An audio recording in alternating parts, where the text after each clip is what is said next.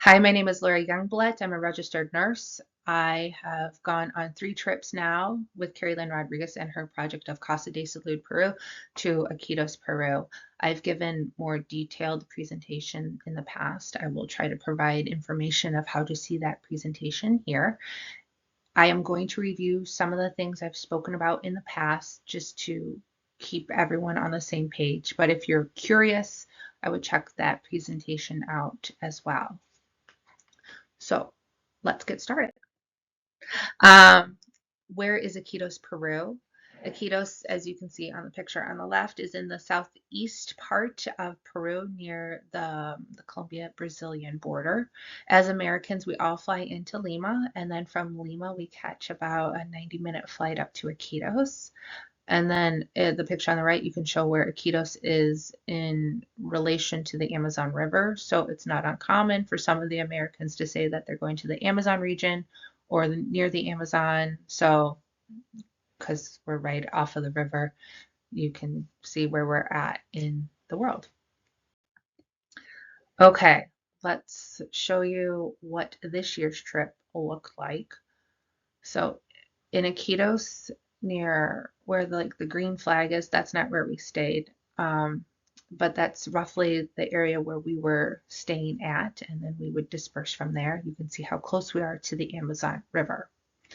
The little hearts show roughly where we had clinics. We did about 9 pop-up clinics this year. I did my best to try to figure out or track where the clinics were. But oftentimes I jumped in a bus or on a motor car and was zipped off to clinic. So I didn't always know where we were at or where we were going, but I've done my best to try to show where we were doing clinics in the region. So let's give you an idea of what clinics, oh, let's give an idea, sorry, let's give an idea of the history of Iquitos. So in 1851, the population of Iquitos was about 200. They experienced a rubber boom. The population 50 years later in the 1900s was 20,000. The export started out in the 1960s at 3,000 tons, and by 1911, the exports were up to 44,000 tons. This was 9.3% of Peru's export. Many indigenous peoples were used as rubber tappers. They worked in harsh slavery-like conditions. Rubber companies would also take over indigenous lands to expand. There's a great museum that exhibits the history of the rubber boom and the effect that it had on the land and the peoples. And this is based in Iquitos, this museum. So if you're ever in the area, I highly recommend checking it out. It gives a really good history of what the people and specifically the indigenous peoples experienced. Just so it's known, in previous research I've done on this, 44,000 native workers succumbed to foreign diseases. That's not necessarily a number that would showcase those that succumb to harsh slavery-like conditions and peoples who were displaced as well as rubber companies took over their land.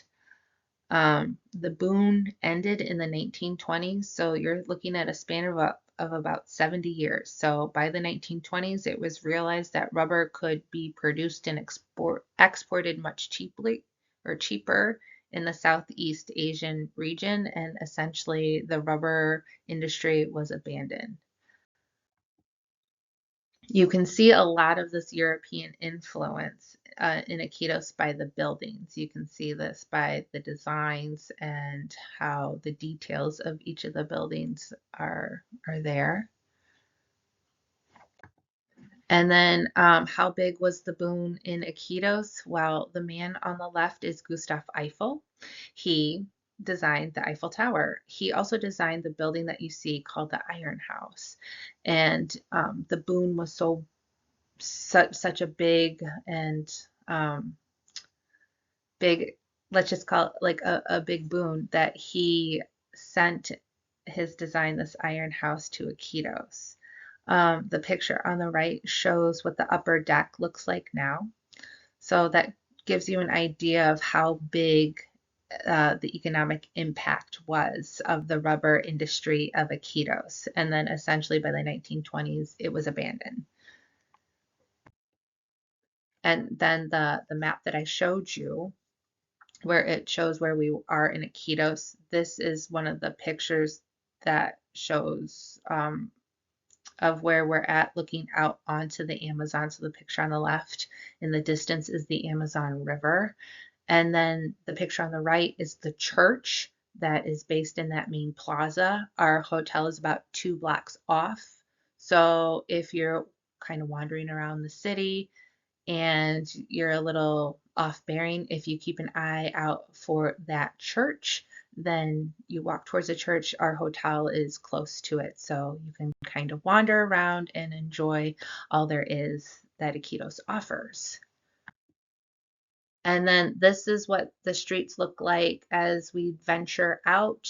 Um, these are streets in the Baylin region, which is a little bit southwest of, no, southeast of Iquitos.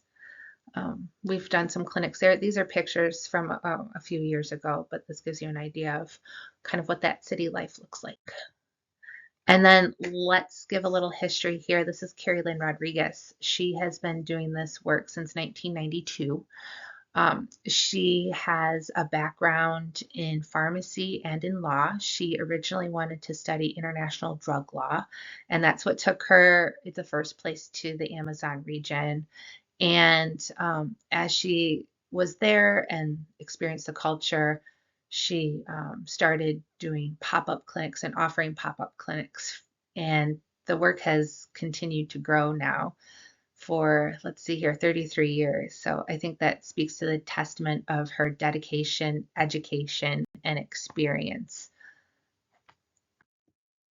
And this year, she worked closely with the mayor of Baylin. He's in the top left corner in the blue shirt. So we've done a couple of clinics this year in Baylin. And then on the bottom right, the man in the green top, that is Padre Raimundo. He has a mission in Iquitos, and he's got a few group homes as well that helps meet the needs of people. So this year, the work of Casa de Salud worked closely with these two leaders, as well as a few teachers of some of the schools that we were at as well.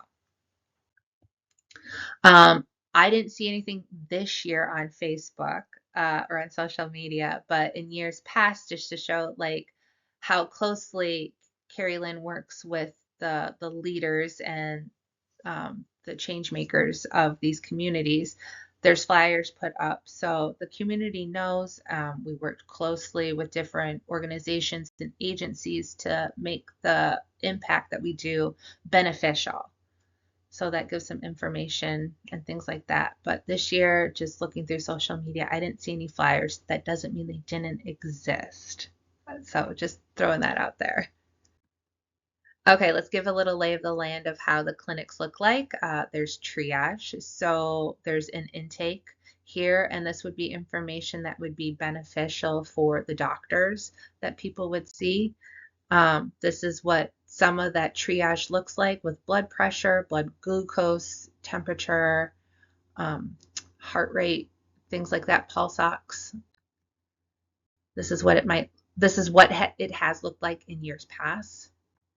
And then we also have a pharmacy that we bring along and set up as well. And that's what this looks like. And with each pharmacy setup, a pharmacist is usually overseeing everything as well. This is what a pharmacy setup has looked like in the past. This is what it looked like this year. The woman on the far right in the yellow is a pediatric pharmacist. And then we also have fluoride stations as well. So we're putting fluoride on the children. And just to give you an idea of what it's looked like in the past. And then we also work with dentists. I'm so sorry, Antonio. He is the man on the far left. That's not a great picture of him.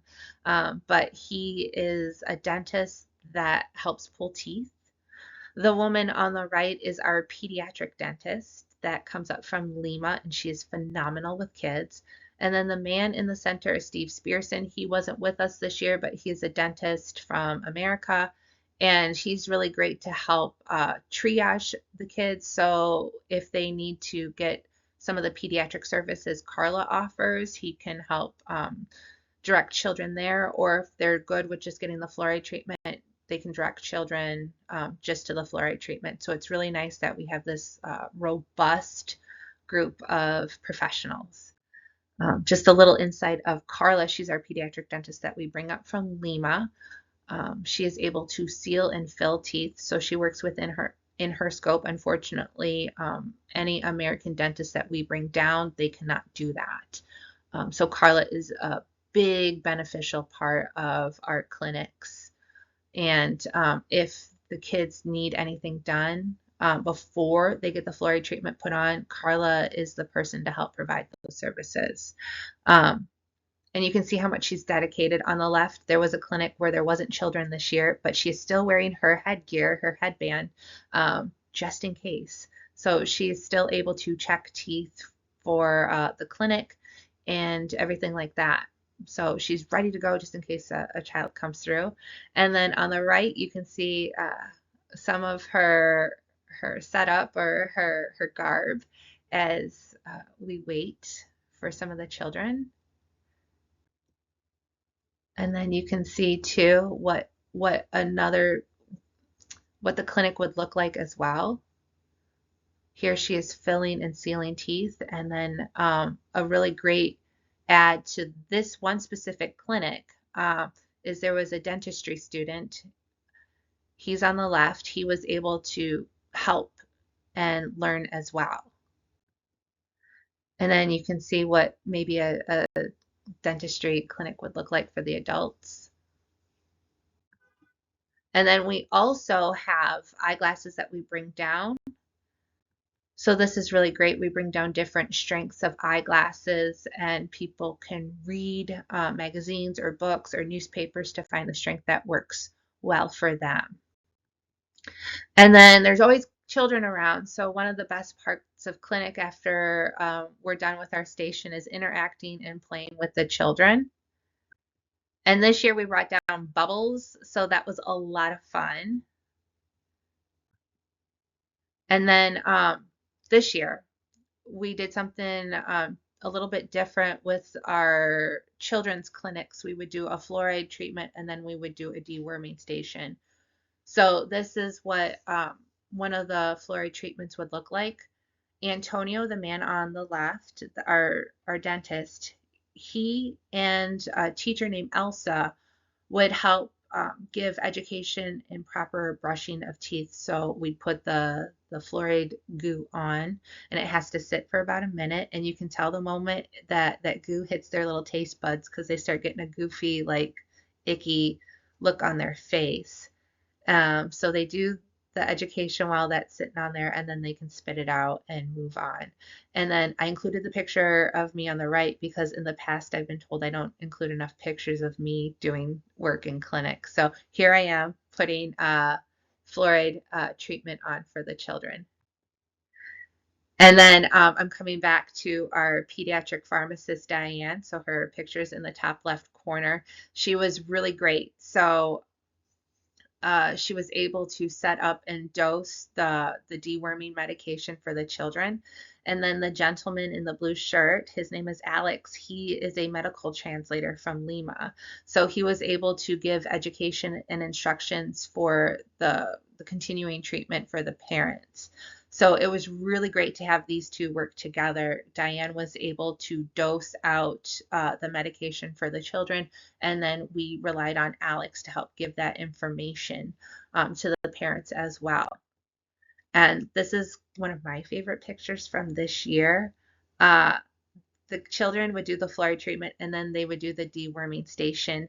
And the fluoride treatment tastes terrible, and the deworming medication tastes terrible. So we try to make it as fun as possible along the way. You can see this little boy has a balloon headband. So with this specific clinic, we would do the fluoride treatment for the children, and then we would let them pick out a headband that had various different animal characters and things like that, just to make it as fun as possible, because then they would have to do this deworming station, and that medication that little boy's drinking doesn't taste good either. So these little children have kind of been through it that day, so we just try to make it as fun as possible so that they have a good experience as well.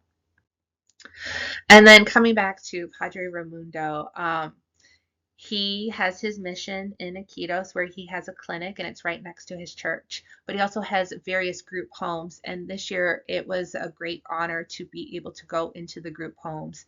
And he is a doctor, so they didn't necessarily need all of the care that we can provide in clinics, but we were able to offer eyeglasses in each of the homes. So it was really great and exciting. So one of the homes we went to was a long-term care facility. Most of the residents were geriatric, and we were able to provide glasses for them. And then the picture on the right, it's a little endearing to me because I have a background in geriatric healthcare. The nurse is just reminding that resident to not swear at us. So I just thought that was just a little endearing. She didn't, but yeah, I just have a special heart for the geriatric community. So this was one of my favorite clinics. And then a few of the other homes we went to one where it was a drug addiction rehabilitation home. It's a 15-month program. And when we went to that home, they had just made bread. So they make three types of bread that they sell. And that was very good timing for them because we bought some of the bread then to share um, throughout the next few days. Another of the homes that we went to was transitional homes for unhoused people. And I didn't catch, and I don't believe that there's a time frame. So essentially, they are able to have a nice place to sleep. They leave throughout the day, but then they are able to return at night. And then another home we went to was chronic care, like care for those with chronic conditions and hospice care. That was really nice to go to. And that home had two cats that were their mousers, that were responsible for keeping the mice at bay. But these two cats were also very good at supervising and making sure that we as the guest stayed in line. So we were able to provide eyeglasses to these four group homes. That was really, really a fun experience. And then a lot of this work could not happen without our Peruvian volunteers and translators. And I just want to say this right now. I am so grateful for each of the translators. And I do apologize if you are one of the translators and volunteers and you are not in this picture, because this year we didn't have all of our translators in the same clinic at the same time. They volunteer their time just as much as we do. So it's a big ask as well for them to give up their time and be at every clinic. So I just want to thank you to all the translators that helped us and that worked really well with the shifting group dynamic that happened with each day or each clinic. So this work could not happen without our Peruvian volunteers helping us along the way, translating for us, and then just making sure that we're just I just want to say this. How do I say this really nicely? That we're not creating or having cultural taboos or anything like that. That they're just making sure that we're really well taken care of. So I want to say thank you, thank you, thank you. Um, in years past too, we don't just do clinics, we also have projects. So we have done an Amazon River cleanup. We did not do that this year because we didn't have the robust volume of American volunteers that we have had in the past. But when we have done river cleanups, we have worked with Rotarian high school groups. We have worked with a college as well. So I think that's really great that it's not just coming in there and doing clinics, but that we're also doing a community service as well with other groups. Um, and we like to have fun at clinics. So last year we threw a little party in honor of a Casa de Salud alum that had passed away, Pinky. So we threw a party in honor of her. Um, yeah, that was a really nice humbling experience. And then this year with the eyeglass clinics, we played bingo. So as residents of the group homes were waiting to try on eyeglasses that would be best for them, we played bingo.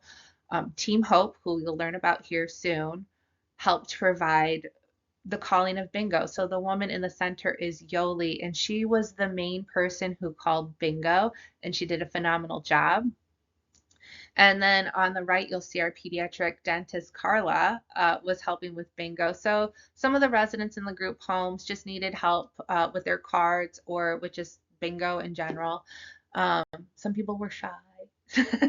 So as you can see, Carla's friend got bingo, and she was just as excited for him, probably more than he was. So that was just really fun way to experience clinic as well. So like we like to have fun as we're providing services. And so I brought up Team Hope. This is a group of women who are Peruvian. They live in Iquitos. They know the needs of the community, and they help communicate with Carrie Lynn with what we need and probably what's most important during our time there. They also provide things throughout the year. So if you have donated things to us in the past and you don't see it given out at clinic, it is given to Team Hope and they disperse it throughout the year. So they have done newborn and birthing kits, and they're really good at giving out school supplies and backpacks as well. There's a lot of things they do, but this is just some of them. So they're a great group of strong women who really help continue the work of Casa de Salud Peru throughout the year. And then when we're down there, it is important that we participate in activities to learn more about the culture. So we've gone to a manatee rescue, and right next to it is a park, Bosque de Guaya. And this is a great park that helps create and promote education of the forest and just environmental responsibilities. And then this year for me was a big year in doing more education about the indigenous cultures and just about the communities of the area, past, present. So I got the opportunity to go to a handful of museums, and this is a picture of a library. So that was really cool to see what that looks like. And the doors to the left are actually opening up to that on look out to the Amazon River. So it's just very cool to be able to learn more about Iquitos and just be able to have a deeper understanding. And then this year we got to play volleyball. We were a smaller group, so we got to join in on a volleyball game. That was a lot of fun. Because me personally, I probably hadn't played volleyball in 20 years. So it's a fun way to get to know everybody, and just kind of learn how to interact because yeah, we're talking and communicating, but also we're just playing a game and getting to know each other better. So that's a lot of fun. In years past, we've been invited to a quinceañera. That's really great. Um, I've been able to have Spanish and English exchange. So the woman in the middle, Rebecca, she's an English teacher, and it's just nice to be able to interact with her students or just students in general that are curious on enriching their English, and I'm trying to enrich my Spanish. And then also last year we went fishing on the river. This year we just didn't get a chance to get on the river, but it's really nice when you get to be able to experience just what all the things the region offers. And then this year, because it was my third trip, I wanted to do something very special. My uncle, Dave Youngblut, makes candles. He and his wife, Mary, gave me candles. They donated the candles for me to sell for suggested donations.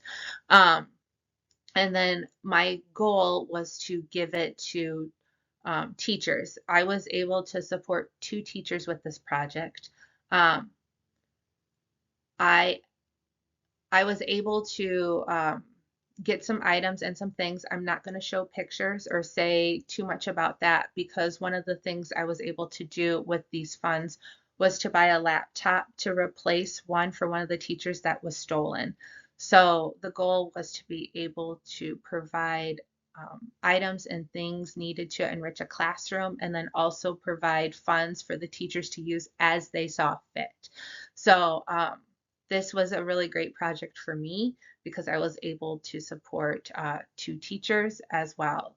If you're curious on that work, you can contact me personally and I can share a little bit more. But for this presentation and just to protect who was served and what they got, I will just leave it at that. So I just want to say thank you very much. And I'm very grateful that my uncle and aunt, Dave and Mary Youngblut, have always been supportive of my trips to Peru. All three of them, they have been big supporters of that. So I'm so glad that they were part of this project and that we were able to kind of as a family and as a community help support a few teachers in the region. And so I thank you so much for listening to this presentation. If you want to learn more or you think there were things that you want me to clarify, please reach out. Um, yeah, I thank you so much. All right, take care.